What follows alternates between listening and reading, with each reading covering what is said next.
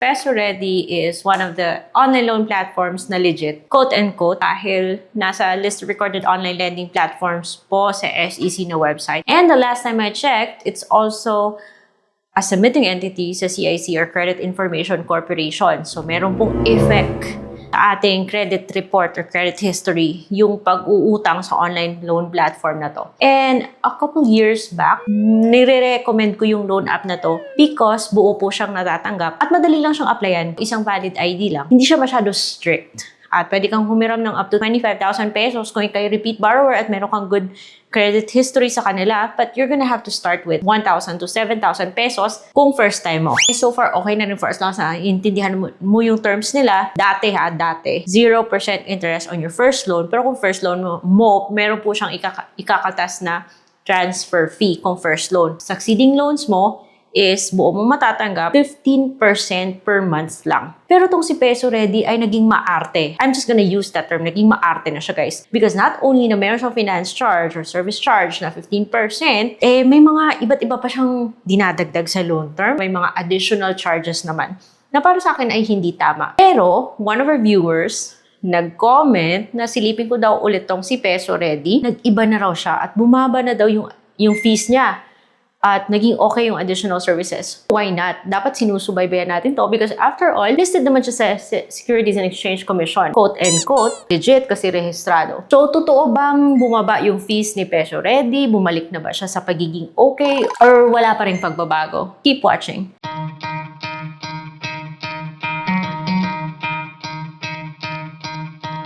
Red here, your original utang queen. And as usual, if you've been following me on this channel, utang po yung palagi nating pinag-uusapan. Sinusubukan ko po yung mga loan apps dahil gusto ko pong magbigay sa inyo ng tamang expectations sa mga online loan platforms na to. Kaya kung hindi pa kayo subscribe guys, subscribe na kayo dito.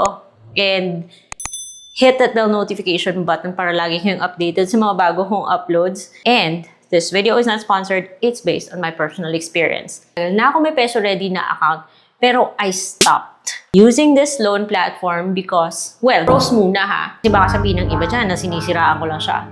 Pros muna. And I used to love this platform because 15% is fair, especially kung wala kang mapuntahan. For a short-term loan, walang collateral at isang valid ID lang. Bali yung mga loans na madali lang applyan. It used to be okay na sana. And buo po siyang matatanggap kapag succeeding loans mo. But kung first time mo, expect na between 1,000 and 7,000. 0% man siya, pero meron po siyang ikakaltas na transfer fee. I stopped using this app dahil naging maarte siya guys. Sinilip ko siya ulit dahil meron tayong viewer na nag-request na bisitahan ko daw to dahil sabi niya ay naging okay, bumaba daw yung fees. Pero nung sinilip ko siya guys, ganun pa rin eh. So, andun pa rin yung kanyang additional fees. So, bali, tatlong 15%. Siyang loan, doctor, whatever you wanna call it, electronic doctor, loan guarantee, na dinadagdagan niya ng additional 15 eh.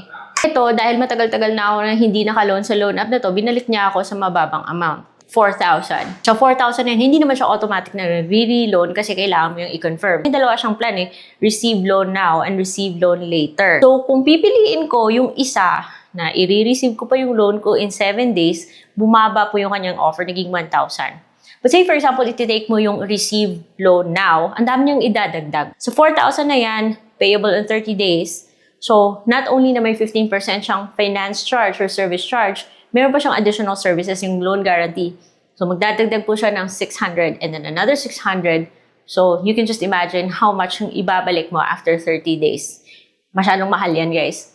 And kung gusto mo, willing to wait ka naman ng 7 days, syempre, 1,000 lang, medyo mababa yung kanyang offer, magwi-wait ka talaga ng 7 days, and, 15% yung service charge. OA niya guys sobra-sobra. Kaya ngayon, hindi ko na talaga siya marirecommend. I don't know kung ano yung naging offer sa viewer natin, pero hindi po yun yung na-notice ko sa loan app na to nung binalik ko. I was hoping sana nagbago siya. Pero guys, ganun pa rin. Parang lumala siya eh. Hindi ko po marirecommend sa Peso Ready. And never ko na siyang i-recommend ever unless tanggalin niya tong mga additional fees niya. So, therefore, if I'm going to compare OLP and Peso Ready, at least si OLP, kung patanggal mo yung additional service, pero at least pag tinanggal mo yun, mas mababa yung fees niya at matatanggap mo kaagad buo. Ito ang dami. Maarte talaga siya guys. Sayang kasi yung loan app na to is registered pa naman sana, and kung good payer ka, sana nakakatulong po siya sa ating credit history dahil reporting entity po siya sa CIC. Yun nga lang, kung pwede siyang iwasan na lang po. Kasi ang arte, ang dami niyang tapos ang mahal ng fees. And the last time na nagkaroon ako ng loan dito sa loan app na to, grabe guys, 5 days pa lang before my due date, tatawag sila. Parang ibubuli ka nila para lang magbayad ka ng maaga. Ang laki na nga ng fees nila, parang kumikita pa sila sa 5 days na yan na nag-early ka. Wala naman kasing cashback sa interest pag early ka nagbayad. So, sasabihin lang nila na pag nagbayad ka ngayon, maaari ka mag-loan ulit. Anong klaseng tactic yan? It's a dirty tactic. Mahal ang fees, makulit yung agent, may pa 7 days pa sila kung gusto mong tanggalin talaga yung fee, which hindi to makatarungan So, sana naman, baguhin nila yung structure nila. Dati okay sila, pero talaga ngayon, parang basura na talaga yung loan app na to. Sayang for a loan platform that's registered. So, hindi ko tinuloy yung loan. And dahil hindi ko tinuloy yung loan, tawag ng tawag yung agent nila, parang kukulitin ka nila na, bakit hindi mo tinake yung loan? Anong nangyari? Basta, i-encourage ka nila na talaga i-take yung loan. I'm expecting na kukulitin nila ako for the next 3 days.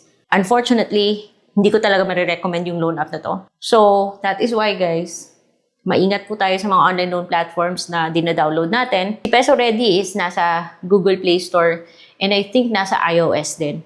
Pero, hindi talaga siya okay guys kahit na registered siya. So, para sa akin, it's a dirty tactic yung mga additional services niya. Ano tong loan guarantee electronic doctor? Parang pa-insurance na basura talaga guys at hindi ko talaga yan mako-consider na okay. It's a benefit na makaklaim mo lang kung something untoward nangyari sa'yo. So kung kayo naghahanap ng mga online loan platforms na yung mga legit yung mapagkakatiwalaan or at least okay sila, mababa yung interest, you can check this playlist, Legit Loan Apps by Ate Red, kasi na-feature ko dyan yung mga loan apps na okay talaga. Approve man ako o hindi. That's all for today's video. Hindi ko marirecommend si Peso Ready. Not anymore. And it's actually, for me, it's worse than OLP. Dapat last resort na tong si OLP. So, I hope you learned something from this video. At kung hindi pa kayo subscribe kayo sa channel na to. Hit that bell notification button para aware kayo or lagi kayong updated sa mga vlogs natin dito because we always talk about online loan platforms and being responsible borrowers in this channel. So thank you so much for watching today's vlog. I'll see you on my next one. Bye!